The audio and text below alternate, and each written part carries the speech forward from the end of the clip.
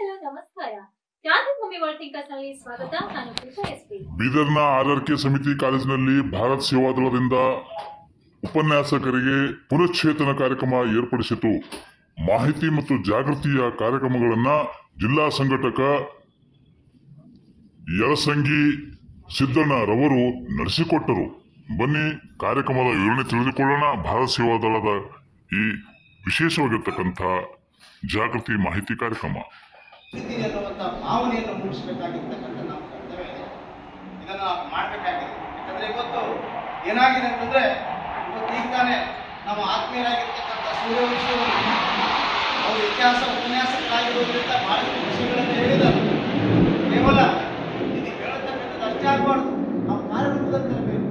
ಇವತ್ತು ನಾವು ಈ ಒಂದು ಸೇವಾದಳದ ಒಂದು 5 ದಿನದ ಒಂದು ಶಿಬಿರವನ್ನು ಮಾಡಬೇಕು ಅಂತ ತಿಳ್ಕೊಂಡು ನಾವು 3 ವರ್ಷದ ಹಿಂದೆ 2021-22ನೇ ಸಾಲಿನಲ್ಲಿ ಆ ಒಂದು ಇಲ್ಲೇ ಬಾಕಿ ಹೋಗ್ತಕ್ಕಂಥ ಮಲ್ಲೆ ಅಲ್ಲಿ ಮಲ್ಲಿನ ಒಂದೇ ಮಾತರಂ ಅಂತ ಬಂತು. ಆಮೇಲೆ ಸೂರ್ಯ ಚಂದ್ರ, ಇದು 1907ರಲ್ಲಿ ತಯಾರಾಯಿತು.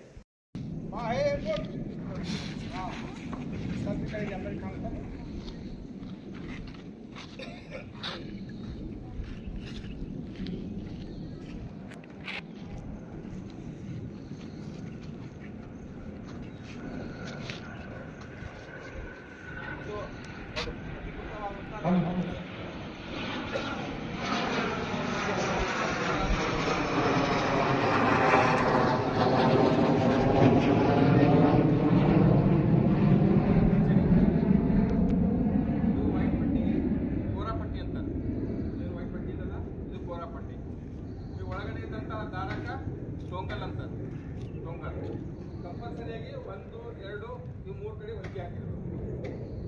ಈ 4 ಕೊನೆಗೆ ಕ್ರಾಸ್ ಆಗಿ 2 ಹೊಲಿಗೆ ಹಾಕಿದ್ರು.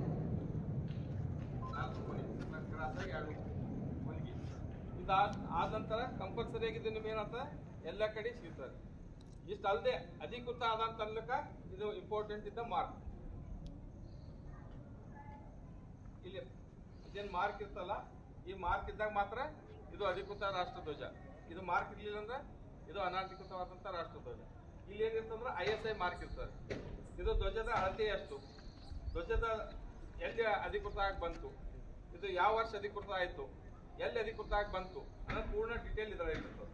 ಇದು ಇದ್ದಾಗ ಅಧಿಕೃತ, ಇದು ಇದ್ರೆ ಅಧಿಕೃತ ಮಾರ್ಕ್. ಇದನ್ನು ಯಾವುದೇ ಕಾರ್ಯಕ್ರಮ ಇರಲಿ ಏನೇ ಇದ್ರೆ ಇದು ಇದ್ದಂಥ ರಾಷ್ಟ್ರಧ್ವಜನೇ ಆರಿಸ್ಬೇಕು.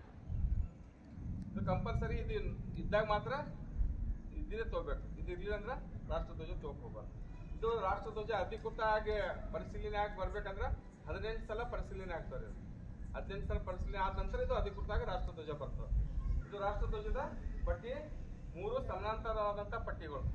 ಯಾವುದೇ ದೊಡ್ಡದು ಯಾವುದೇ ಸಣ್ಣದು ಇರಲ್ಲ. ಇವು 3 ಸಮಾನಾಂತರವಾದಂಥ ಪಟ್ಟಿ. ಇದು ಕೇಸರಿನೇ ಯಾಕೆ ಮ್ಯಾಗ ಬಂತು, ಬಿಳಿನೇ ಯಾಕೆ ನಡಬರ್ಕ್ ಬಂತು, ಹಸಿರು ಯಾಕೆ ಕೆಳಗೆ ಬಂತ ಅಂತ ಹೇಳಿ ಜನರಲ್ಲಿ ಗೊಂದಲ ಉಂಟಿತ್ತು. ಅವಾಗ ಜನರು ಏನು ಮಾಡ್ತಾ ಇದ್ರು ಅಂದ್ರೆ, ಕೇಸರಿ ಅಂದ್ರೆ ಹಿಂದೂಗಳ ಸಂಕೇತ, ಬಿಳಿ ಅಂದ್ರೆ ಕ್ರಿಶ್ಚಿಯನ್ರ ಸಂಕೇತ, ಮತ್ತು ಹಸಿರು ಅಂದ್ರೆ ಮುಸ್ಲಿಂ ಸಂಕೇತ ಅಂತೇಳಿ ಜನರ ಭಾವನೆ ಇತ್ತು. ಡಾಕ್ಟರ್ ರಾಧಾಕೃಷ್ಣರು ಏನು ಮಾಡಿದಂದ್ರೆ, ಸ್ವಾತಂತ್ರ್ಯ ಸಿಕ್ಕ ನಂತರ 22 ಜುಲೈ 1947ರಂದು ಅಧಿಕೃತವಾದಂಥ ರಾಷ್ಟ್ರಧ್ವಜ ಅಂತದಕ್ಕೆ ಅವರು ಸಂಪೂರ್ಣವಾದಂಥ ಮಾಹಿತಿ ಕೊಟ್ಟರು. ಕೇಸರಿನೇ ಯಾಕೆ ಕೊಟ್ಟಂದ್ರೆ, ನಮ್ಮ ದೇಶಕ್ಕಾಗಿ ತ್ಯಾಗ ಬಲಿದಾನ ಮಾಡಿದವರೇ ಸವಿ ನೆನಪಿಗಾಗಿ ಮೊದಲ ಸ್ಥಾನ ಅವರಿಗೆ ಕೊಡಬೇಕು ಅನ್ನೋ ಒಂದು ಉದ್ದೇಶದಿಂದ ಕೇಸರಿ ಬಣ್ಣ ಮೇಲ್ಗಡೆ ಇಟ್ಟರು. 2ನೇ ಬಿಳಿ ಬಣ್ಣ ನಡವಳಿಕೆ ಯಾಕಿಟ್ಟಂದ್ರೆ, ನಮ್ಮ ದೇಶ ಯಾವಾಗಲೂ ಒಂದು ಶಾಂತಿಯಿಂದ ಕೂಡಿರಲಿ ಮತ್ತು ಸ್ವಚ್ಛತೆಯಿಂದ ಇರಲಿ ಅಂತೇಳಿ 2ನೇ ಸ್ಥಾನನ ಬಿಳಿ ಬಣ್ಣ ಕೊಟ್ಟರು. 3ನೇ ಸ್ಥಾನ ಹಸಿರು, ನಮ್ಮ ದೇಶ ಯಾವಾಗಲೂ ಹಚ್ಚ ಹಸಿರಿನಿಂದ ಕೂಡಿದಂಥ ಸಮೃದ್ಧಿ ಹೊಂದಲಿ ಅನ್ನೋ ಉದ್ದೇಶದಿಂದ 3ನೇ ಸ್ಥಾನ ಹಸಿರು ಬಣ್ಣ ಕೊಟ್ಟು, ಇದು ನಡಬರ್ಕ ಅಶೋಕ ಚಕ್ರ 24 ತೀರ್ಥಂಕರ ಇದ್ದಂಥ ಒಂದು ಅಶೋಕ ಚಕ್ರವನ್ನು ಕೊಟ್ಟು, ಮತ್ತು ನಾವು ಸ್ವಾತಂತ್ರ್ಯ ಪಡೆಯುವಾಗ ನಮ್ಮ ದೇಶದಲ್ಲಿ 24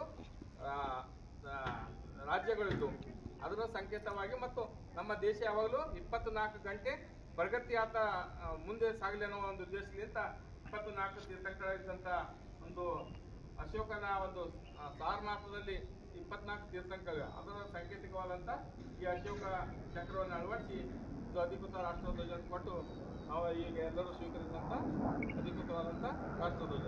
ಈಗ ಧ್ವಜ ಯಾವ ರೀತಿ ಒಂದು ಮಡಿಸಬೇಕನ್ನೋದು ಈ ಥರ ಈ ಕೇಸರಿ ಪಟ್ಟಿಗೆ ಹಾಕಬೇಕು. ಆಮೇಲೆ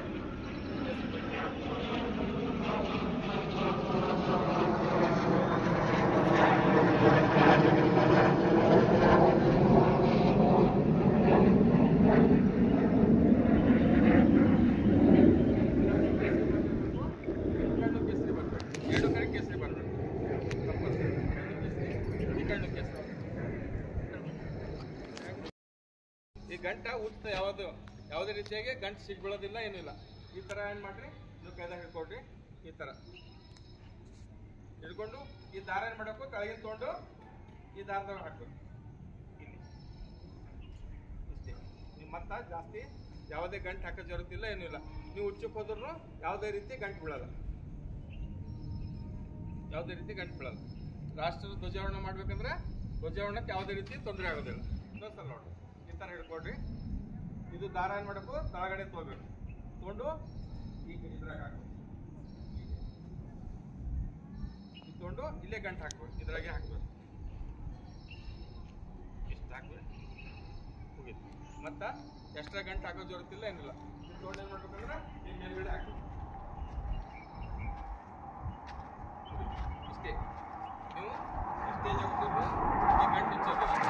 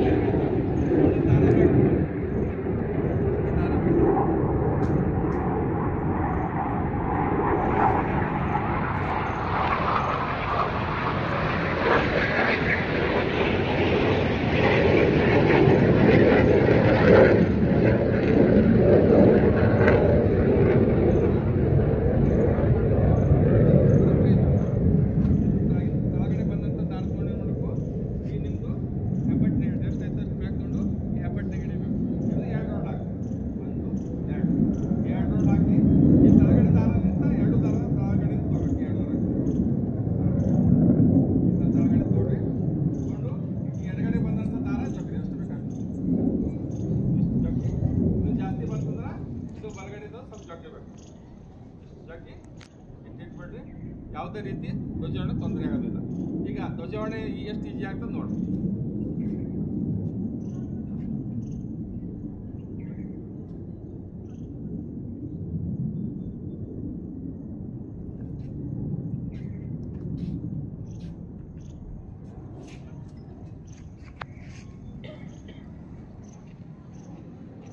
ಧ್ವಜಾರೋಹಣ ಸಮಯ ಬೆಳಗ್ಗೆ ಸೂರ್ಯ ಹುಟ್ಟ ನಂತರ ನಾವು ಧ್ವಜಾರೋಹಣ ಮಾಡ್ಬೋದು. ಮತ್ತು ಸಾಯಂಕಾಲ ಧ್ವಜ ಇಳಿಸ್ಬೇಕಂದ್ರೆ ಸೂರ್ಯ ಮುಳುಗೋದಕ್ಕಿಂತ ಮುಂಚೆ ನಾವು ಧ್ವಜ ಅವರೋಹಣ ಮಾಡಬೇಕು. ಈಗ ಇದು ಧ್ವಜ ಛೇತ್ರ, ಇದು ಧ್ವಜ ಕಂಬ.